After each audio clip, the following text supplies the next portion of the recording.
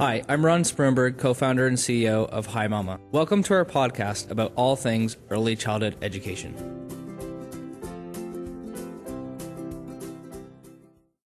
In this week's episode, we discuss the complex issue of managing immigrant and refugee children in the childcare and preschool setting. Children new to your home country may experience culture shock, especially those who have experienced difficult circumstances in their past. Our guest, Julie Dotsch, is an expert and an author on the subject of adapting programs for immigrant and refugee families. She discusses strategies for helping children to deal with change, including the importance of encouraging the use of their first language and just how critical parent presence is when managing child transitions into preschool through gradual separation. To learn more about how to adapt your childcare programs to help immigrant and refugee children successfully transition into a new environment, stay tuned for this week's episode of the Preschool Podcast. Welcome to the show, Julie. It's great to have you as a guest on the Preschool Podcast. Just to start out, maybe you can give our audience a bit of information about your background and how you got involved in early childhood education, and in particular, interested in diversity and children and families that are coming from a different or unique background or culture. I graduated from Ryerson, and I started work as a supervisor in a daycare center. And then when that became just absolutely exhausting because it was hard to keep staff and everything, I had an opportunity to have this 3-month contract with the federal government, with the provincial government, to work with these Chilean families. I knew absolutely nothing, and there was nothing available online. So, who knew what online was in the 70s? And there were very few resources. So through trial and error and finally carrying on to get my master's, I ended up finding out all about, culture shock in children, and that interested me the most. What happened to children when they had these horrific experiences? How did they get through them? How did their families get through them? Why was it that some children seemed to, come through relatively unscathed and, that they seemed to have great relationships with families and easily trusting others and learning English fairly readily, and other children were a mess. And the school system certainly didn't seem to know what to do with it, and a lot of child care centers didn't know either. So it became my mission to find out more. And so I spent 6 years on that while I was also supervising a program for families and children. So it was a very exciting time. Interesting. And so culture shock in children, you said sometimes the children would come through, this major change in their life, okay, and then other children struggled with the change. Over the years, have you learned more about ultimately what the big difference was, or is this still really a big question that's still open for debate? Well, like any good research, you end up with more questions at the end of it, so it was good research. I would say that the biggest difference we found was the focus of the family. So if the parents were able to clue into their children and their needs, and they were able to be responsive, they were able to keep their first language at home, that made a huge difference, because then the attachment, the bonding, the connection was all a lot stronger. And I think the other thing that made a difference is if the parents were willing to do a gradual entry. So we weren't doing things, where the parent would come in and half an hour later the parent would leave and go to English classes. The parent had been prepared properly and was able to stay and do things slowly and do separations inside the room, where the parent would be less involved with the child and the caregiver would gradually become more involved. This kind of a humane approach made a big difference. So some children who may have even witnessed violence or had a death of a family member, they had signs of culture shock, but how long that culture shock stayed before they were able to move on. If the parent was disconnected from the child, in other words, they were going through such culture shock themselves, they were detached, then that made the biggest difference. It sounds like one of the key themes is a balance of keeping alive the traditions, including language, where you're coming from as a family, and then also balancing that with integrating with the new culture and the new language. Is that fair to say? It's actually stronger than that. It's the other part happens all too quickly. The integration within culture and learning the norms and all of that. What ends up happening often is that children lose completely their home language. And that actually creates problems with family functioning as the child gets older. So you have a parent that may speak to the child in Cantonese, and the child understands things but answers in English. So that is like a language loss. And that is to be avoided at all costs, because the connection between maintaining your home language, maintaining your identity, feeling a member of your family, having the humor, having all of the other bonding and attachment is so important. I can't stress it enough. So children, we have a lot of children that are what we call subtractive bilingualism, which means they're not really fluent in either language. So the parent thinks they're doing their child a great favor, and they switch to English at home, and they've been in Canada maybe 6 months.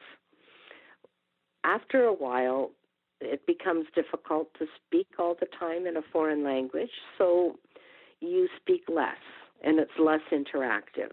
So it's sit down, eat your food, don't bother your brother, long periods where the television is on, which also interferes with language development.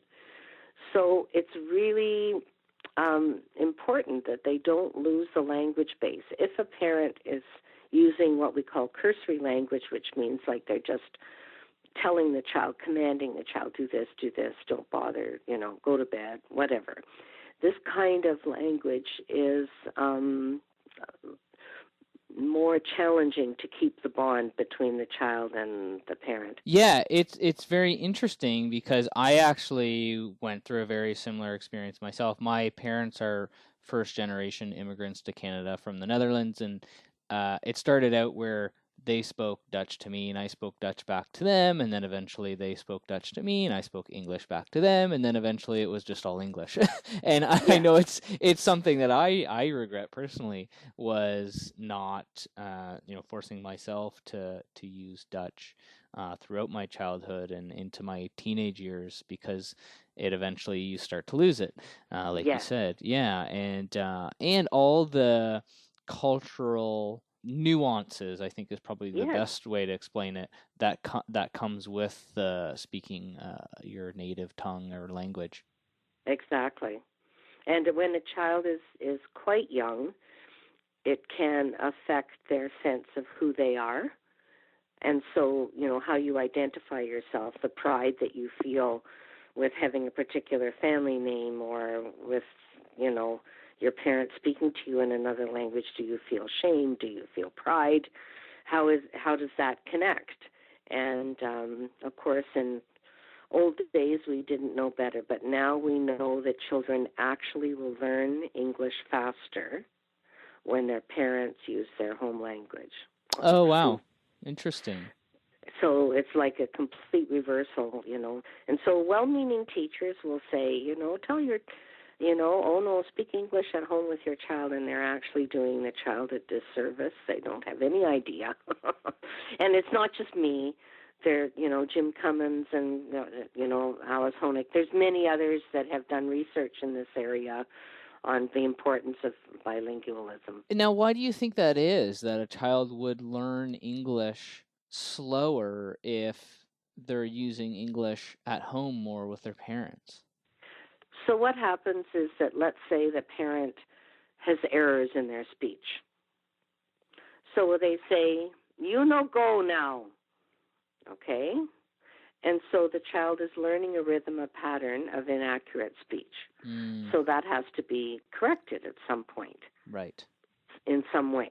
It may occur naturally, but it often needs extra help.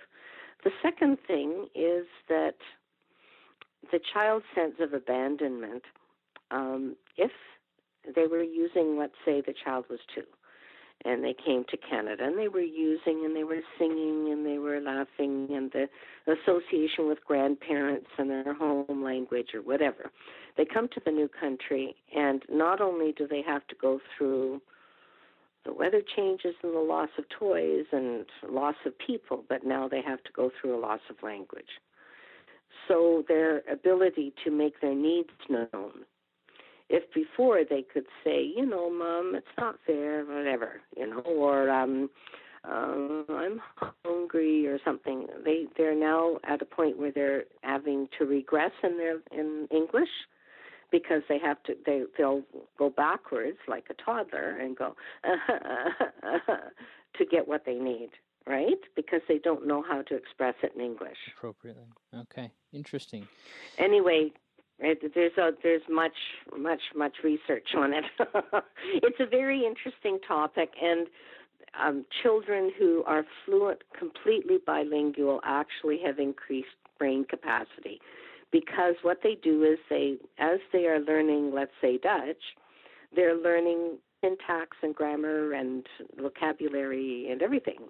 And the brain needs to expand a little bit there, the usage, to be able to take in the new language. They have already understood and learned about grammatical things, so it's more demanding on the brain, which actually increases capacity. So anyway, that's sort of a rather technical thing that probably most people, the basic concept of it is important for people to understand the importance of keeping the first language. The bond, the attachment, the trust, especially with very young children, is so important.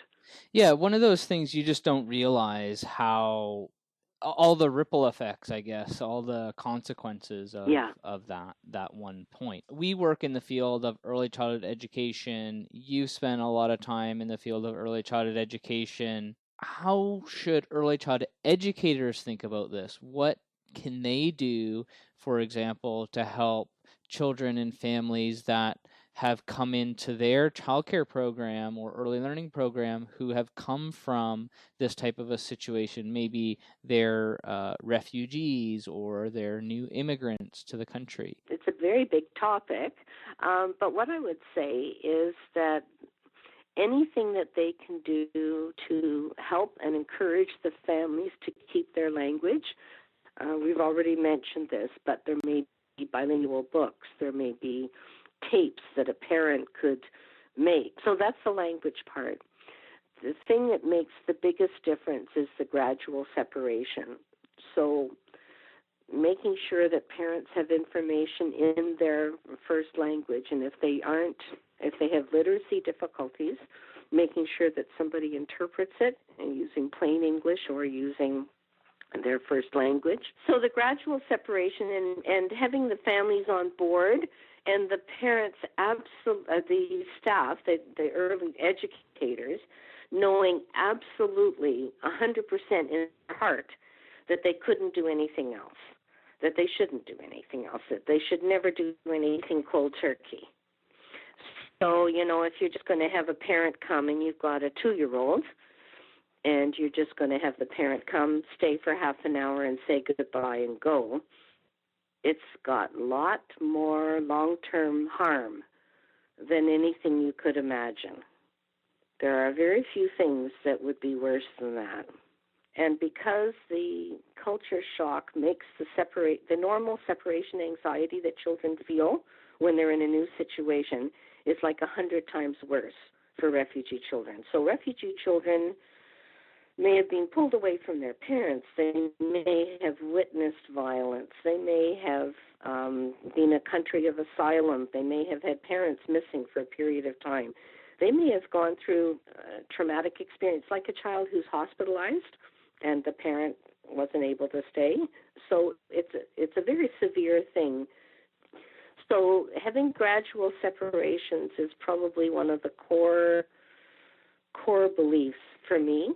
So really, as an educator, it's your role is to understand the importance of that gradual integration and to have that conversation with the parent to educate them about just how seriously important it is that they stay, for example, for that first day or however long that time period is. So the first day gives you that, how did the child do? Could they be unglued from their parent's side?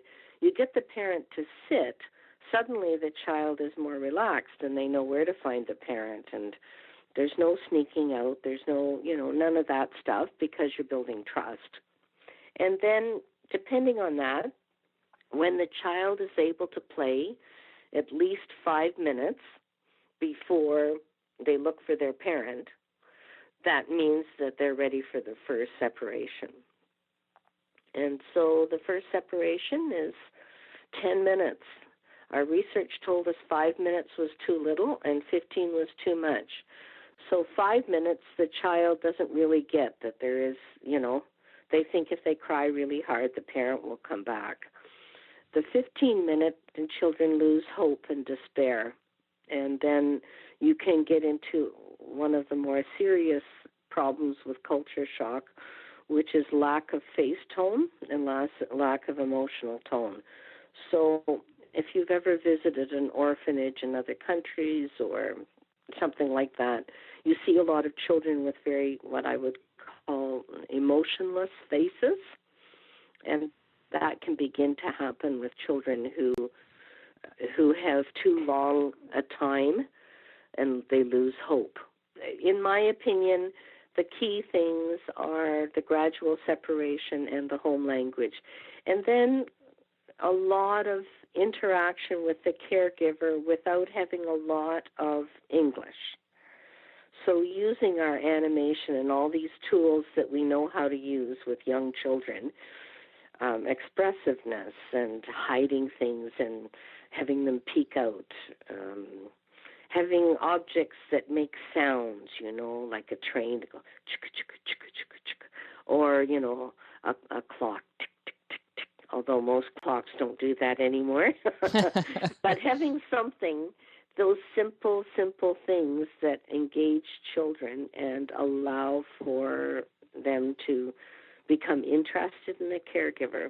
Mm-hmm. The first separations would actually happen inside the room where the parent is playing less with the child, gradually less, just becoming a bit more passive and letting the caregiver do a bit more. So at the beginning, the caregiver would be on one side of the parent and the child on the other side of the parent. And then gradually as the parent does less, and I ask them to pull their chair back a little. And then as the child shows their willingness to tolerate this and become interested, then gradually the parent is at the wall, sitting on a chair, and the child knows they can go to them, so the trust is there. And then they're ready. They're ready when it's 5 minutes. Or if they can get up and change to another part of the room, that's another indicator. So if they've been playing with puzzles and they get up and they want to play with cars or something else, they're able to transfer to a different toy. That also is a very good indicator. Now, what about after the first day? Is there things you should do differently sort of in the first couple weeks, the first couple months as well? Yeah, I would say that being relaxed with your circles, with your routines, having transitional having as few transitions as you can. Transitions are very hard on refugee children. So if you have these little tight schedules with, 20 minutes of books and half an hour of free play and 5 minutes of, I don't know, and then half an hour of circle, all of these transitions are very difficult for children who don't know what's going on. So having pictures, drawings or photos, drawings work really well, of what your schedule is. So, if you have, I don't know, painting time or something, and then you have books and so on, I like what they call seamless transitions, which mean that instead of stopping everything, tidy up everything, and especially not flickering the lights on and off, then to signal tidy up time or something. I like just gradual tidy up and then, we move on to the next thing and not making it very big deal. Yep. Yeah, because that's a lot easier. Children, especially outdoor play, is very traumatic. And if you haven't been in a cold climate before, you're coming from a hot climate, that's going to also be difficult. So allowing them to be the last children that get dressed and the first ones to come back in also means that the caregiver can give a bit more attention during the dressing time. And depending on the culture, there are lots of other families that have different values and beliefs than caregivers. So, for example, in early childhood, we think independence is everything. So we have our screening tools and our assessments and everything. When can the child walk and eat and talk and do everything on their own? Because that's the big goal, is this independence. And many other cultures value interdependence, so being responsible for each other, being connected to each other, siblings caring for other siblings is a very different set of values. And so recognizing the strengths that a child has, maybe in their home they were taught to lie still so the parent could dress them, which made it very fast and efficient, and it worked. Instead of insisting that a child has to do, all the zippers and everything, just be relaxed with it and just, recognize that some children need a bit more help, and working together with families, not undermining family values and family practices, but looking for the strengths in them. Learning from parents, imagine that. Yeah. Yeah. So those are all sort of an attitude, I guess, is Right. how you start. And, Yeah. I think also expecting that children that are going through culture shock, it's going to be some time before they're ready for friends. So not assessing children too early. Refugee children in particular are vulnerable to being over-identified for special needs. As someone who knew very, very little about this subject before our conversation, I feel like I've learned a lot. However, if I was an early childhood educator working in the classroom and I had, a family coming into my program that is maybe a refugee family or a new immigrant family, I would feel like I would want to learn a little bit more about this. Because it does seem like there is quite a bit of complexity behind it, actually, when you get into it. Now, if I did want to learn more, you mentioned that you do workshops. What can you recommend for early childhood educators about where to go to learn more about practical ways to manage your families and children in this situation? So I guess about 2 or 3 years ago, I finished a book, and it's available through CMAS. It's called Supporting the Settlement of Young Immigrant Children and Their Families. It's all filled with practical ideas, so it gives you examples of things that didn't go so well and another way to do it. It's very readable, and it's made for people working directly in the field. And they could purchase that book from CMAS, that's CMAS Canada. And I think it's like $30 or something Right. Canadian. I don't know exactly, 35 maybe. And I'm not getting any royalties. It's not about that, but there's a lot of practical stuff. Now, at that same website, they also have a lot of online resources. They have online courses. They have a lot of mind material like fact sheets and things. So it's cmascanada.org. And the best way for people to get in touch with you, is that your email, oneworld@simpatico.ca? Yeah.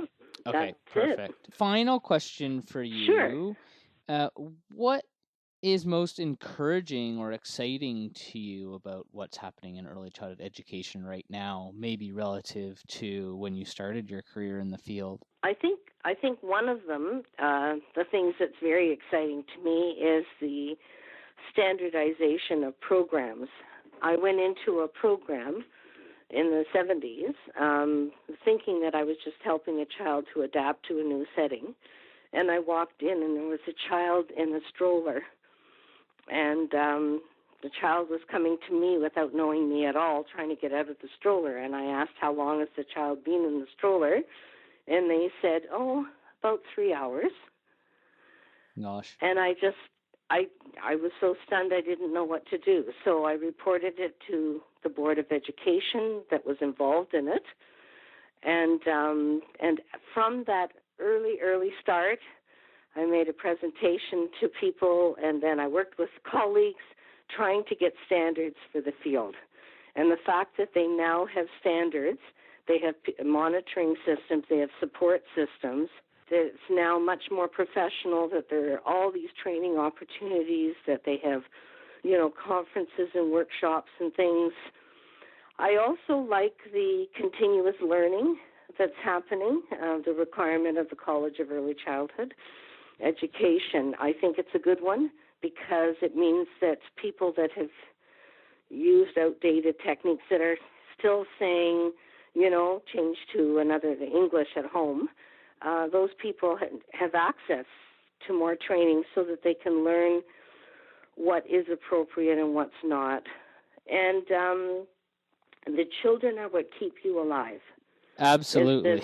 This feeling that every day is different, that it's a special career, and there's much more respect and knowledge about it in the community. When I was starting out, it was sort of like not quite shame, but certainly not a lot of pride. Yes. To be in early childhood education. Yes. And even now, I stopped teaching maybe 5 years ago at the college. And even some of those students, they had to explain to people, I'm not a babysitter.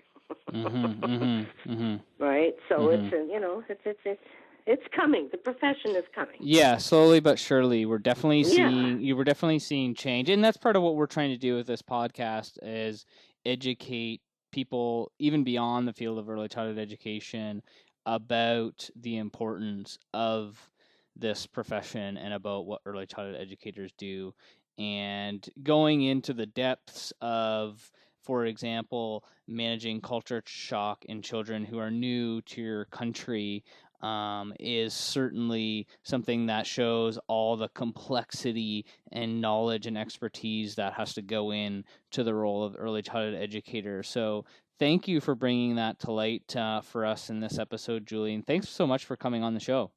My pleasure. What's your name? Michaela. Michaela. How are you? Hi. You having fun playing? Yes. It's a nice day, isn't it? Yes. Yes. What's your favorite thing to play out here? Playing monsters. You like to play monsters? Do you like the swings? Okay. What else you like to do? Play my Dora bike. Oh, with your Dora bike? Oh, okay. Do you ride fast? Yep. Yep. Okay. Well, have fun here. All right.